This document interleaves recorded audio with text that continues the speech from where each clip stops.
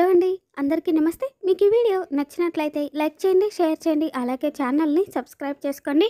ఈ సంసారం ఏమైపోయినా సరే నాకు అనవసరం. రేపు నేను నా ప్రేమను గెలిపించుకోవడానికి ఆ ఇంటికి వచ్చే తీరుతాను అని చెప్పేసి ఇక గగన్ అయితే కరాఖండిగా కృష్ణప్రసాద్తో చెప్పేస్తాడు. తర్వాత ఏమో ఇక చెర్రీ అయితే గగన్ చెప్పిన మాటలన్నింటినీ బిందుకు చెప్పి, ఏంటి షాక్ తిన్నావా? నీకే ఇలా ఉంటే రేపు వచ్చే నక్షత్రాన్ని తీసుకెళ్తాను అని అన్నయ్య చెప్పినప్పుడు నా పరిస్థితి ఎలా ఉంటుందో ఊహించుకో అని చెప్పేసి చెర్రీ అనగానే, అన్నయ్యకి డీసెన్సీ అన్న డిసిప్లిన్ అన్నా కూడా చాలా ఇష్టం రా. అందుకు క్వైట్ ఆపోజిట్లో ఉంటుంది మన నక్షత్ర. అలాంటి నక్షత్రాన్ని అన్నయ్య ప్రేమించడం ఏంట్రా అని చెప్పేసి బిందు అంటుంది.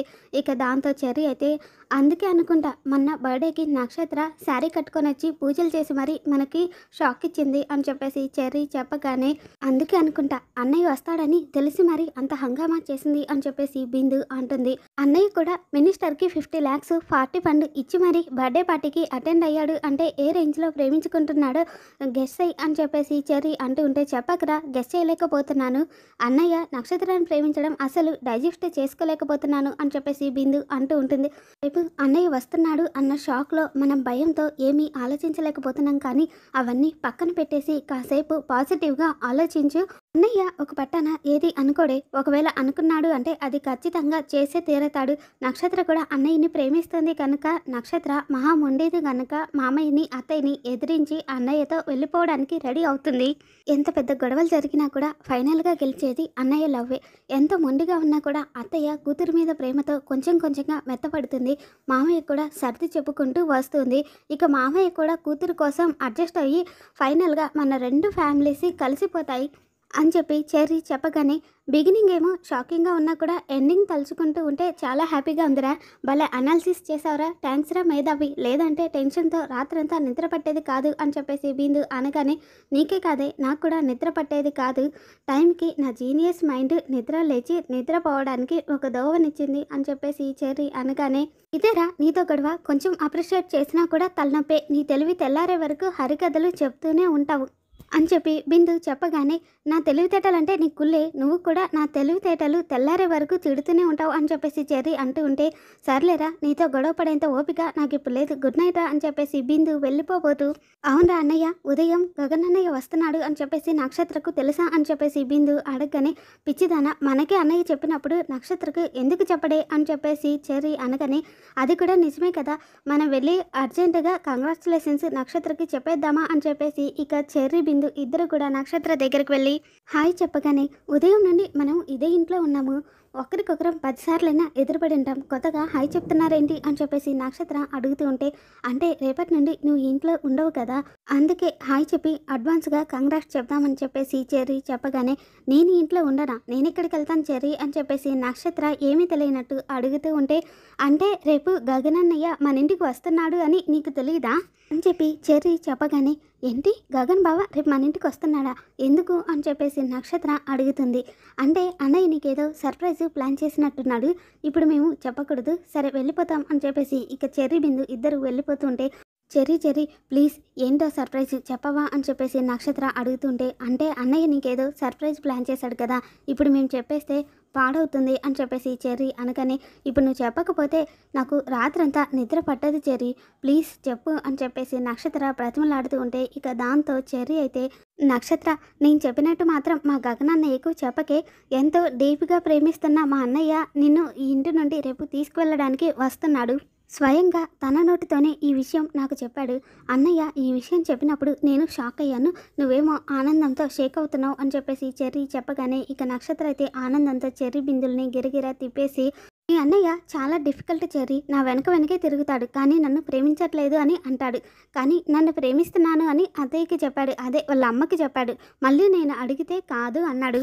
నేను అనుకుంటూనే ఉన్నాను లేదు అంటూనే ఒకరోజు సంబంధం మాట్లాడడానికి వస్తాడు అని, కానీ ఇలా ఏకంగా తీసుకెళ్ళిపోవడానికే వస్తాడు అని అస్సలు అనుకోలేదు చెర్రీ. ఇప్పటికిప్పుడు మీ అన్నయ్యతో ఫోన్ మాట్లాడాలని ఉంది అని చెప్పేసి నక్షత్ర ఫోన్ చేయబోతూ ఉంటే, నక్షత్ర ప్లీజ్ వద్దు, అంత పని చేయకమ్మా, ఈ విషయం నీకు చెప్పాను అని అన్నయ్యకి తెలిస్తే నాకు లెఫ్ట్ అండ్ రైట్ ఇచ్చేస్తాడు ప్లీజ్ అని చెప్పేసి చెర్రీ చెప్పగానే, సరే చెయ్యంలే చెర్రీ, ఈ ఎమోషన్ని ఇప్పుడు ఇలాగే క్యారీ చేస్తాను, థ్యాంక్ యూ సో మచ్ అని చెప్పేసి నక్షత్ర ఇక చెర్రీ బిందులకు థ్యాంక్స్ చెప్తూ సంతోషంగా ఉంటుంది.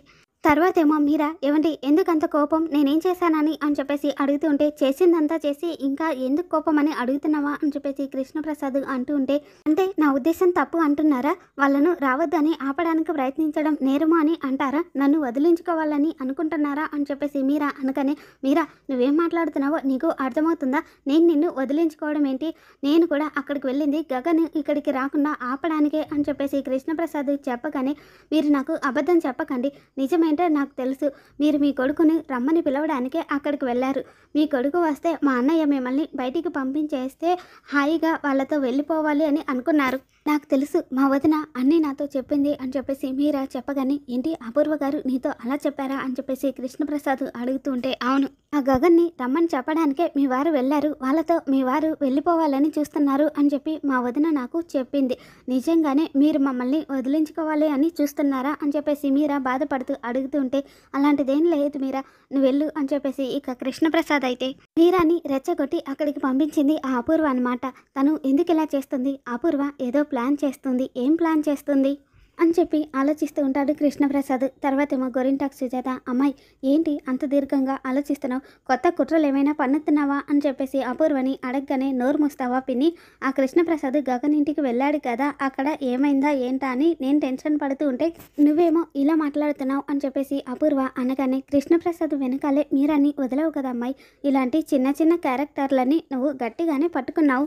ఏం కాదు, నువ్వు అనుకున్నట్టే అవుతుంది, టెన్షన్ పడక అమ్మాయి అని చెప్పేసి గోరింటాకు సుజాత అంటూ ఉంటుంది. ఇక అప్పుడే నక్షత్ర అపూర్వ దగ్గరకు వచ్చి మమ్మీ ఈరోజు నేను చాలా హ్యాపీగా ఉన్నాను అని చెప్పేసి అంటూ ఉంటే ఎందుకో అని చెప్పేసి గోరింటాకు సుజాత అడుగుతుంటే నీకెందుకు గోరింటాకు, నేను మా మమ్మీతో మాట్లాడుకుంటున్నా అని చెప్పేసి నక్షత్ర చెప్పగానే అందరితో మీ అమ్మ ఆడుకుంటుంది, నువ్వు మీ అమ్మతో ఆడుకో అని చెప్పేసి గోరింటాకు సుజాత అంటుంది. నువ్వు నోర్మి గోరింటాకు అని చెప్పేసి ఇక నక్షత్ర అయితే మమ్మీ నువ్వు నా పెళ్లి చేయాలి అనుకుంటే నా పెళ్ళి ఎలా చేస్తావు అని చెప్పేసి అపూర్వని అడగగానే ఇప్పుడు నీకెందుకు ఆ డౌట్ వచ్చింది బేబీ, అందరికంటే గ్రాండ్గా చాలా బాగా రిచ్గా చేస్తాను అని చెప్పేసి అపూర్వ చెప్పగానే అందులో కిక్కేముంది, అన్ని పెళ్ళిళ్ళలో నాది కూడా ఒకటవుతుంది అని చెప్పేసి నక్షత్ర అంటుంది. సరే అయితే నీ పెళ్ళి ఎలా చేయాలో చెప్పు అని చెప్పేసి అపూర్వ అడగగానే నా పెళ్ళిలో యాక్షన్ సీన్స్ ఉండాలి, ఫైట్స్ ఉండాలి, ఫైనల్గా కాంప్రమైజెస్ ఉండాలి అని చెప్పేసి నక్షత్ర చెప్పగానే నీకేమైనా పిచ్చి పట్టిందా నక్షత్ర అని చెప్పేసి అపూర్వ అడుగుతుంటే ఫర్ సపోజ్ రేపు గగన్ బావ మన ఇంటికి వచ్చి మీ అమ్మాయిని ప్రేమిస్తున్నాను పెళ్లి చేసుకుంటాను అని అడిగితే నీ రియాక్షన్ ఏంటి మమ్మీ అని చెప్పేసి నక్షత్ర అంటుంది.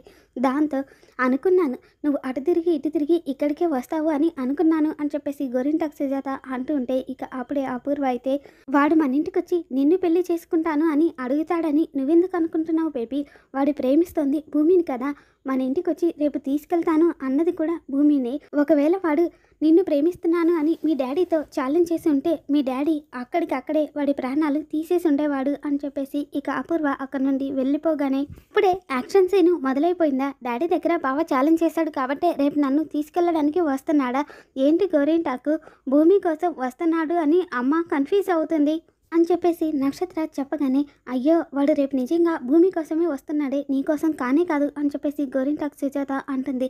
అంటే నువ్వు కూడా కన్ఫ్యూజ్ అయిపోతున్నావు అనమాట, రేపు గగన్ బావ వచ్చి నన్ను తీసుకెళ్తే అప్పుడు నీకే అర్థమవుతుంది అని చెప్పేసి నక్షత్ర అక్కడ నుండి వెళ్ళిపోతుంది. తర్వాతేమో శారదకి నేను నచ్చ చెప్పే ప్రయత్నం చేశాను. ఆ రోజు బావగారు గగన్ని చంపడానికి వెళ్ళినప్పుడు గన్లోంటి బుల్లెట్లు తీసేసి నా కొడుకుని కాపాడుకుంది నేనే అని చెప్పిన తర్వాత శారద నన్ను అర్థం చేసుకుంది. రేపు వాళ్ళు రాకుండా ఆపి సంతోషంగా వెనక్కి తిరిగి వచ్చేద్దాం అనుకున్నాను. సరిగ్గా అప్పుడే మీరా అక్కడికి వచ్చింది అని చెప్పేసి కృష్ణప్రసాద్ చెప్పగానే మీరా అత్తయ్య అక్కడికి ఎందుకు వచ్చింది మామయ్య, మీరు అక్కడికి వెళ్తున్నారని మీరా అత్తయ్యకి ఎవరు చెప్పారు అని చెప్పేసి భూమి అడగగానే ఇంకెవరమ్మా, తనకున్న 1000 కళ్ళను మన మీదే ఉంచే ఆ అపూర్వ అని చెప్పేసి కృష్ణప్రసాద్ అంటూ ఉంటే నాకు అర్థం కాలేదు మామయ్య, మనం మాట్లాడుకుంటున్నప్పుడు తను వినలేదు కదా, తనకెలా తెలుసు అని చెప్పేసి భూమి అడుగుతుంది. సాధారణంగా నక్క వీచే గాలిని బట్టి వాసనని పసిగడుతుందంటమ్మా, అపూర్వ కూడా అలానే పసిగట్టి నేను ఇంట్లో ఉండి వెళ్ళిపోతుంటే నీ కొడుకుని కాపాడుకోవడానికే వెళ్తున్నావా అని చెప్పేసి అడిగింది. అవును అని చెప్పి తప్పు చేశానమ్మా, వెనకే మీరని రెచ్చగొట్టి పంపించింది. ఇక్కడ విచిత్రం ఏంటంటే వాళ్ళిద్దరిని ఇక్కడికి రావద్దని చెప్పడానికి నేను మీరా అక్కడికి వెళ్ళాం, కానీ నేను వెళ్ళి చెప్పినప్పుడు అర్థమైన విషయం మీరా వచ్చి చెప్పిన తర్వాత అపార్థమైపోయింది అని చెప్పేసి కృష్ణప్రసాద్ అంటుంటే ఇప్పుడు ఎలా మామయ్య అని చెప్పేసి ఇక భూమి టెన్షన్ పడుతూ ఉంటుంది. అదే నాకు కూడా అర్థం కాలేదమ్మా, వాడు ఇక్కడికి వస్తాను అన్న దగ్గర నుండే మన ఆలోచన మాట రెండూ కూడా అక్కడే ఆగిపోయాయి. భగవంతుడి మీద భారం వేయడం తప్ప ఇంకేమీ చెయ్యలేము. ఇప్పటికే ఆలస్యమైందమ్మా, వెళ్ళి పడుకో, నిద్ర సరిగ్గా పోకపోతే మనసు ఇంకా ఆందోళనకి గురవుతుంది అని చెప్పేసి కృష్ణప్రసాద్ అక్కడి నుండి వెళ్ళిపోగానే ఇక అపూర్వ వచ్చి, ఏం భూమి, నీ చర్చలు సమావేశాలు పూర్తయ్యాయా? శారదతో సమావేశం ఏమైందో అని చెప్పి ఏడుపు మొహంతో వివరించాడా ఆ కృష్ణప్రసాద్. ఇంకా ఏం చెప్పాడు? ఇండియాలో జరిగే ఉగ్రవాదుల విషయాల్లో పాకిస్తాన్ హస్తం ఉన్నట్టు దీని వెనుక నా హస్తం ఉంది అని చెప్పి ఉంటాడే అని అపూర్వ అంటూ ఉంటే, చేసిన చెడ్డ పనిని కూడా ఎంతో గొప్పదానిగా చెప్పుకుంటున్నావు, ఏం పుట్టుకే నీది అని చెప్పేసి భూమి అంటుంది. ఇగో పాప, మాటలు బాగా రానివ్వు. పశువులకి ఆలోచించేంత శక్తి ఉంటే మా అపూర్వ అంతా గొప్పగా ఆలోచించేవి అని అనుకుంటున్నావా? అసలు పశువులకే ఆలోచించే శక్తి ఉంటే ఈ భూమి మీద మనుషులకి ఇంకా నూకలు ఉండేవి కాదు, మనుషుల్ని పొడిచి చంపేసిండేవి అని చెప్పేసి గోరింటాకు సుజాత అంటూ ఉంటే, నువ్వు ఆగు పిన్ని అని చెప్పేసి ఇక అపూర్వ అయితే, భూమి తిడుతుంది కదా, తిట్టనివ్వు. Do you know one thing, మనిషి ఓడిపోయినప్పుడు తిడతాడు లేదా తిట్టుకుంటాడు. ఇప్పుడు భూమి కూడా అదే చేస్తుంది, అంతే కదా భూమి అని చెప్పేసి అపూర్వ అనగానే, అంతే, నీ అంతు చూసే రోజు వచ్చే వరకు నేను ఎదురు చూడక తప్పదు అంతే అని చెప్పేసి భూమి అంటుంది. రాని రోజు కోసం ఎదురు చూస్తూ కూర్చుంటే చివరికి వచ్చేది చావే. నీ మనసులో ఏదో ఉంది అని నేను ఎప్పుడైతే పసిగట్టానో అప్పుడే వాడు ఖచ్చితంగా రావాలి అని డిసైడ్ అయ్యాను. నువ్వు వాడిని ఆపాలి అని చేసే ప్రయత్నాలన్నింటినీ నేను అడ్డుకుంటాను. రేపు ఏదో ఒక విధంగా వాడి పని అయిపోవాలి అని ఒకే ఒక ఆప్షన్ మిగిలింది. అలా కాదు, నేను మా నాన్నకి దగ్గరైపోయి ఒప్పించి ఆ తర్వాతే గగన్ని దక్కించుకుంటాను అని అంటే అది కుదరని పని. ఎందుకంటే మధ్యలో నేను అడ్డుగా ఉంటాను. నువ్వు ఎంత పెద్ద ప్రయత్నం చేసినా కూడా నేను చిటిక వేసినంత ఈజీగా అడ్డుకుంటాను.